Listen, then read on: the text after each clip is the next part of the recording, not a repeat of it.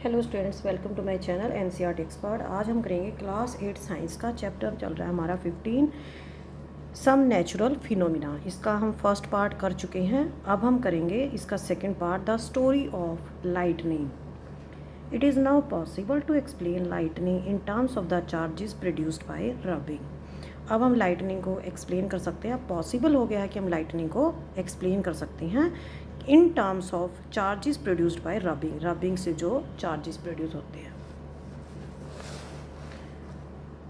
You learned in class 7 that during the development of a thunderstorm, the air currents move upward while the water droplets move downward. हमने class 7 में पढ़ा है कि जब आंधी तूफान की डेवलपमेंट होती है, वे डेवलप होते हैं, तो क्या होता है, जो एयर करंट्स होते हैं, हवाएं ऊपर की ओर चलती हैं, और जो वाटर ड्रॉपलेट्स होती है, जो पानी की बूंदें हैं, वो नीचे की तरफ मूवमेंट करती हैं। दीज विगरस मूवमेंट्स को सेपरेशन ऑफ चार्जेस। और जो मूवमेंट्स होती हैं बहुत ही विगरस होती हैं, बहुत ही ज़ोरदार होती हैं। इससे क्या होता है, चार्जेस सेपरेट हो जाती हैं। By process not yet completely understood, the positive charges collect near the upper edge of the clouds and negative charges accumulate near the lower edges.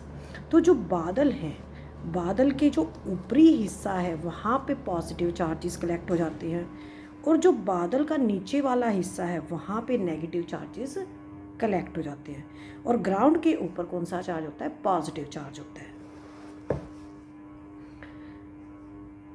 There is accumulation of positive charges near the ground also. Ground के ऊपर कौन सा charge होता है, positive charge होता है। When magnitude of accumulated charges becomes very large, the air, which is normally a poor conductor of electricity, is no longer able to resist their flow.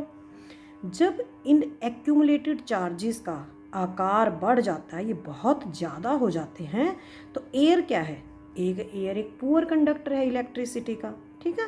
तो वो क्या करती है कि इनके फ्लो को, इन चार्जेस के फ्लो को ज़्यादा देर तक नहीं रोक सकती।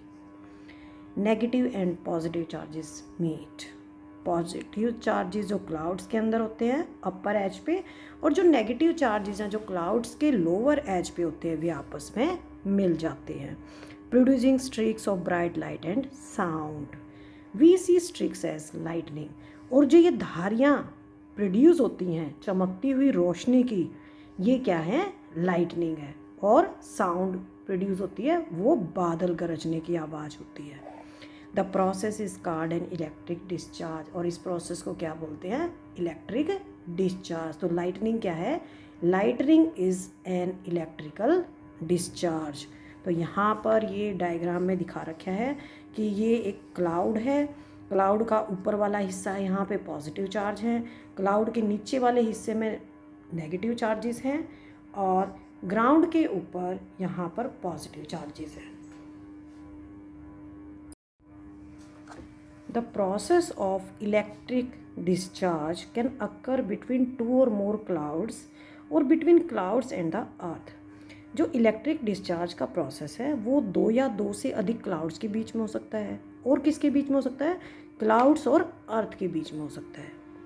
Today we need not get frighten by lightning like our ancestors did. जो जैसे हमारे पूर्वज बिजली चमकने से डर जाते थे, तो अब हमें डरने की नीड नहीं है। Now we understand the basic phenomena. अब हमें बेसिक इसका कारण पता है। Scientist are trying hard to improve this understanding. और साइंटिस्ट इसके लिए हार्ड वर्क कर रहे हैं, इसको इम्प्रूव करने के लिए, समझने के लिए। How ever lightning strike could destroy life and property. हालांकि जो बिजली का चमकना है, इससे लाइफ और प्रॉपर्टी दोनों को डिस्ट्रैक्शन हो सकता है। It is therefore necessary to take measures to protect our self. तो अपने आप को बचाने के लिए ज़रूरी है कि कुछ हम स्टेप्स उठाएं, कुछ हम मेजर्स अडॉप्ट करें। Lightning safety. During lightning and thunder storm no open place is safe. तो जब बिजली चमकती है और बादल गरजते हैं, आंधी तूफान आता है, तो कोई भी ओपन प्लेस पे नहीं रहना चाहिए। ओपन प्लेस सेफ नहीं है। Hearing thunder is an alert to rush to a safer place. अगर हमें बादल गरजने की आवाज़ सुनाई देती है, तो ये एक साइन है कि हमें एक सुरक्षित जगह पर दौड़कर चले जाना चाहिए। After hearing the last thunder wait for some time before coming out of the safe place. सुरक्षित जो प्लेस है उससे बाहर निकलने से पहले हमें कुछ देर इंतज़ार करना चाहिए कि बादल गरजने के कुछ समय तक हम इंतज़ार करें, उसके बाद हम बाहर आए। Finding a safe place. A house और a building is a safe place. जब थंडर स्टॉर्म या लाइटनिंग होती है तो हमारा घर या कोई बिल्डिंग है तो वो एक सुरक्षित प्लेस है। If you are travelling by car or by bus, अगर कार या बस में हैं तो आप व्हीकल के अंदर ही बैठे रहें और उसकी खिड़की दरवाज़ों को बंद करके रखें। Do and do not during a thunder storm. Thunder storm के दौरान, आंधी तूफान के दौरान हम क्या करें और क्या ना करें। Open vehicle like motor bike, tractor, construction machinery, open cars are not safe.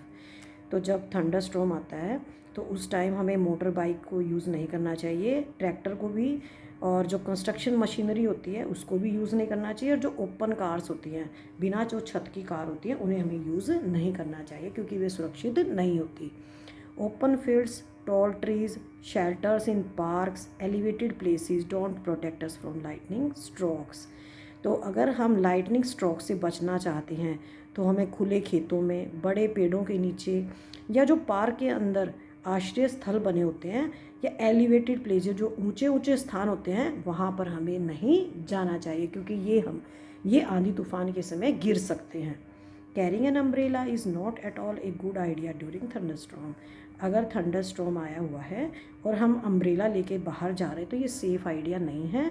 इसी के बेस पे आपका एक क्वेश्चन आने वाला है। If in a forest take shelter under shorter trees. अगर आप जंगल के अंदर फंस जाते हैं और थंडर स्टॉर्म आ जाता है तो आप छोटे पेड़ों के नीचे अपना खड़े हो सकते हैं, बड़े पेड़ों के नीचे खड़ा नहीं होना है क्योंकि बड़े पेड़ अक्सर आंधी तूफान में गिर जाते हैं।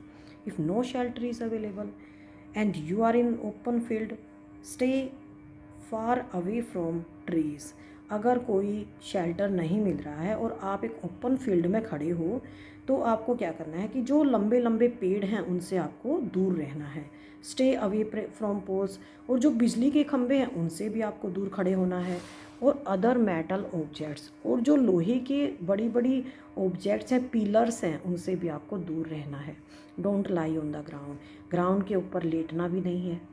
Instead squat low on the ground, आपको अपना छोटे से छोटा साइज़ बनाना है, जैसे यहाँ पर फिगर में दिखा रखा है कि आप अपने हैंड्स को मोड़ लेंगे और अपने सिर को अपने हाथों के बीच में रखेंगे, ठीक है।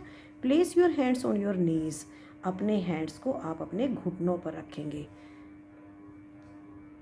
With head between the hands, और अपने हेड को अपने दोनों हाथों के बीच में रखेंगे। This position will make you the smallest target to be struck, इससे आपका साइज छोटा हो जाएगा और इसमें हमें लाइटनिंग का खतरा कम हो जाता है। इनसाइड द हाउस, अगर आप घर पे हैं तो आपको क्या क्या प्रिकॉशंस लेनी चाहिए अगर थंडर स्टॉर्म या लाइटनिंग आ रही है। Lightning can strike telephone codes, electrical wires and metal pipes. Do you remember lightning is an electric discharge. आपको पता है कि लाइटनिंग एक इलेक्ट्रिकल डिस्चार्ज है, ठीक है। तो लाइटनिंग से क्या होता है, जो टेलीफोन कोड्स होते हैं, बिजली के तार होती है, जो मेटल के पाइप्स होते हैं, इनको ये स्ट्राइक करती है। During a thunderstorm contact with these should be avoided, तो थंडरस्टॉर्म के दौरान इन चीज़ों से कॉन्टैक्ट ना रखें। It is safer to use mobile phones and cordless phones, तो इस टाइम आप मोबाइल फ़ोन को या कोडलेस फ़ोन को आप यूज़ कर सकते हैं। It is not wise to call up a person who is receiving your phone through a wired phone, अगर आपका जो फ़ोन है वो वायर्ड है तो इस टाइम उसका यूज़ ना करें। Bathing should be avoided during thunderstorm to avoid contact with running water, running water के कॉन्टैक्ट से बचने के लिए थंडरस्टॉर्म के दौरान बाथिंग को भी अवॉइड करना चाहिए। इलेक्ट्रिकल एप्लियंसेस, जो बिजली की चीज़ें होती हैं जैसे कंप्यूटर है, टीवी है, इन चीज़ों के हमने प्लग को बाहर निकाल देना चाहिए। Electrical lights can remain on, they don't cause any harm, और जो लाइट्स हैं उनको हम ऐसे के ऐसे रख सकते हैं क्योंकि उनसे कोई हार्म नहीं होता। नेक्स्ट टॉपिक हमारा लाइटनिंग कंडक्टर्स।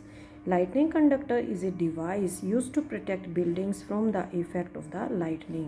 बिल्डिंग्स को बिजली के इफ़ेक्ट से बचाने के लिए लाइटनिंग कंडक्टर्स ये डिवाइस होते हैं जो यूज़ किए जाते हैं।